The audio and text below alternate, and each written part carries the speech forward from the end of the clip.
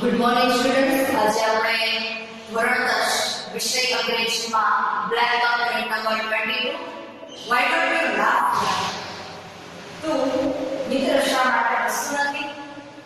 તો આપણે બ્લેકબોર્ડ નો last unit આજે સમજશું. પેજ નંબર 98 તેમાં અલગ અલગ જે જોક્સ આવે છે તેમાં આપણે આ યુનિટમાં અભ્યાસ કરીશું. સમજીએ. Hirala says, "Oi Panala, I have something in my bag. I will not show it to you if you can tell me what it is. I will give you one time. If you can tell me the total number of the eggs, I will give you all the 8 eggs. And if you are really brilliant and can truly say whose eggs are these, then hand is yours." Hirala says, "Oi Panala, મારા બેગમાં કંઈક છે, હું તને બતાવીશ નહીં. જો તું મને કહીશ તો હું તને એક ઈંડું આપીશ, અને જે તું મને કહીશ તેમાં કેટલા ઈંડાઓની સંખ્યા છે તો હું તને 8 ઈંડાઓ આપીશ. ને જો તું ખરેખર હોશિયાર હોય તો તું મને કહેશે કે આ ઈંડાઓ છે એ કોના છે, તો આ બેન પણ તારી." બનાના કહે છે, "અરે ભાઈજી, why do you go on asking so many questions? Definitely I am brilliant enough to answer your questions, but could you please give me just one hint?" Banana કહે છે કે, "અરે ભાઈજી, તમે મને આટલા બધા પ્રશ્નો શા માટે કહો છો? હું તમારા જવાબ આપવા માટે હોશિયાર છું, પણ તમે મને એમાં કંઈક હિન્ટ તો આપો." બરાબર.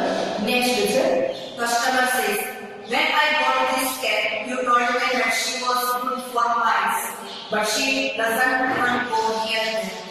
Shopkeeper says, "Isn't that good for mice?" એક કસ્ટમર એટલે કહે છે દુકાનદારને કે જ્યારે હું આ ગાડી ખરીદીને લઈ ગયો હતો ત્યારે તમે મને કહ્યું હતું કે તે ઉંદરો માટે સારી છે, પણ એ તો તેની નજીક પણ જતી નથી. તો શોપકીપર કહે છે કે તો એ ઉંદરો માટે નથી સારું. Third one, Major says, "So you are complaining about the little sand in your soup?" New recruit, "Yes sir." Major says, "Did you join the army to serve your land or to complain about the food?" New recruit, "Sir, to serve my land, but not to eat it." And Major કહે છે કે તમે તમારા સંઘમાં આવેલી અમુક કામગીરીનો ફરિયાદ કરો છો, તો નવો ભરતી થયેલો recruit એટલે ભરતી કરાયેલો જે સૈનિકો છે કહે છે કે હા. મેજર કહે છે, "તમે તમારી માતૃભૂમિની સેવા કરવાની છે શપથ લીધી ના હતી?" તો નવો ભરતી કરાયેલો સૈનિક કહે છે કે માતૃભૂમિની સેવા કરવાની શપથ લીધી હતી, તેને ખાવાની નહીં. નેક્સ્ટ છે, "The manager was angry with Olga. He shouted, 'Are you a man or a mouse?' 'I am a man,' said the clerk firmly. 'And how do you say so?' The manager inquired. 'Because my wife is always afraid of a mouse,' the clerk explained. તો એ manager છે ખૂબ જ ગુસ્સો કરીને પોતાના ક્લર્કને કહે છે કે તું માણસ છે કે ઉંદર છે? તો એ ક્લર્ક એકદમ ચોક્કસતાથી કહે છે કે એક માણસ છું. તો મેનેજર એને પૂછે છે કે તમે આવી કેવી રીતે કહી શકો? તો ક્લર્ક એને સમજાવે છે કે મારી વાઈફ છે એ ઉંદરોથી ડરે છે. Next is Chandu says, "I have got a stomach ache. I want to go to school today." "Mommy, that's because you haven't eaten today. Your stomach is empty, so it hurts." Chandu says, "Now I know why big brother always complains about headaches." Chandu કહે છે કે મને આજે પેટમાં દુખે છે, હું school જવા ઈચ્છતો નથી. તો તેના મમ્મી કહે છે કે તે કંઈ ખાધું નથી અને તારું પેટ ખાલી છે, તને દુખે છે. તો ચંદુ કહે છે કે હવે મને સમજાયું કે જે મોટો ભાઈ છે તેને હંમેશા માથું દુખવાની ફરિયાદ શા માટે રહે છે. Next one, "Lend lady to a new tenant." tenant એટલે કે ભાડુત. "An inventor lived in this room. He invented an explosion." જે મકાન માલિક હોય છે એ નવા ભાડુતને કહે છે કે આ રૂમમાં એક શોધ કરનાર વ્યક્તિ રહેતો હતો અને તેને એક્સપ્લોસિવ વિસ્ફોટકની શોધ કરેલી હતી. તેને ભાડુત કહે છે, "Oh, those words on the screen are છત ઉપર જે ધબ્બાઓ દેખાય છે કે વિસ્ફોટકના છે. તો lady says no that's the inventor. કહે છે કે ના, તે તેનાની પણ સંશોધન કરતા છે. Next one. The boss called his assistant and gave a warm shake hand. He said, Mr. Singh, you are my senior colleague. The new project we are going to take up requires quick thinking, imagination and heart. That's why I have called you. I wish you should return. એક boss છે પોતાના આસિસ્ટન્ટને એકદમ handshake કરી અને કહે છે કે mister સિંહ, તમે મારા સિનિયર કલીગ છો, સાથે કામ કરનારા છો. અમે એક નવો પ્રોજેક્ટ હાથમાં લઈ રહ્યા છીએ જેમાં વિચાર શક્તિની ખૂબ જ જરૂર છે, કલ્પના શક્તિ અને સતત મહેનતની જરૂર છે. તેથી અમે તમને બોલાવ્યા છે અને અમે તમને રિટાયર કરવા ઈચ્છીએ છીએ. Next, Doctor says, remember that expensive flower vase you always wanted I would pray. દીકરી પોતાની માતાને કહે છે કે તમને યાદ છે કે તમને એક હંમેશા જે મોંઘી ફૂલદાની છે તેને તૂટી જવાનો ભય રહેતો હતો. Mother says, of course I do, but what about it? હા, પણ તેની શું? ડોક્ટર કહે છે, માં, all your worries are gone. Mummy, તમારી બધી ચિંતાઓ દૂર થઈ ગઈ. Next one. Dad, would you like to save some money? Dad, તમે થોડા પૈસા બચાવવા માંગશો? I certainly would, son. Any suggestion? Doctor says, ચોક્કસ. કઈ suggestion છે, સૂચન છે? Sure. Why don't you buy me a bike? Then my shoes won't wear out so fast. તમે મને એક બાઇક શા માટે ખરીદી નથી આપતા કે જેના કારણે મારા જે શૂઝ છે છે નહીં.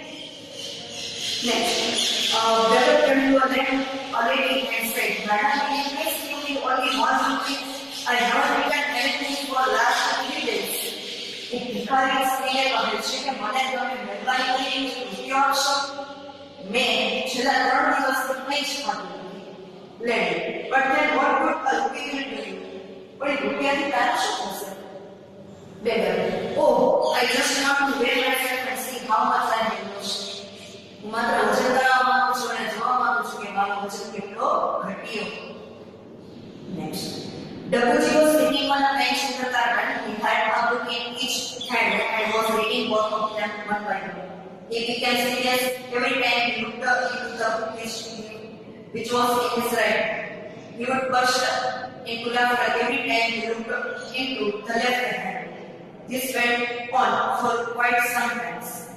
એક વખત ડબુજી છે એ ગાર્ડનમાં બેઠા હોય છે બેન્ચ ઉપર અને તેના બંને હાથમાં એક બુક હોય છે. જ્યારે તે જમણી બાજુ બુક વાંચે છે ત્યારે ખૂબ જ ગંભીર બની જાય છે અને ડાબા હાથમાં એક બુક વાંચે છે ત્યારે ખૂબ જ ફરફડાટ બેસે છે. આવું થોડા સમય સુધી ચાલુ રહ્યું છે. Dabuji was observing this with curiosity. Dabuji આ બધું એકદમ જિજ્ઞાસાપૂર્વક નિરીક્ષણ કરતો હોય છે. He came to Dabuji and said, I don't understand why you would become serious when you read from the right handbook and why do you laugh when you read the book with the left hand. Dabuji ને કહે છે મને એ સમજાતું નથી કે જમણા હાથમાં જ્યારે બુક હોય છે ત્યારે તું સિરિયસ બની જાય છે અને ડાબા હાથમાં બુક હોય છે અને તું એ વાંચે છે ત્યારે એકદમ હસવા લાગે છે. મને સમજાતું નથી. The book in my right hand is a joke, whereas in the left hand it is guide to that joke. Dabuji explained. જમણા હાથમાં છે એ ચોકની બુક છે અને ડાબા હાથમાં છે ચોક બુકની નવી છે. તો એના કારણે આવું હું હસું છું. Teacher says, your village is very big, Nirmala. Write this para for 15 times. The next day, Nirmala wrote the para only 8 times and showed it to the teacher. The teacher became angry.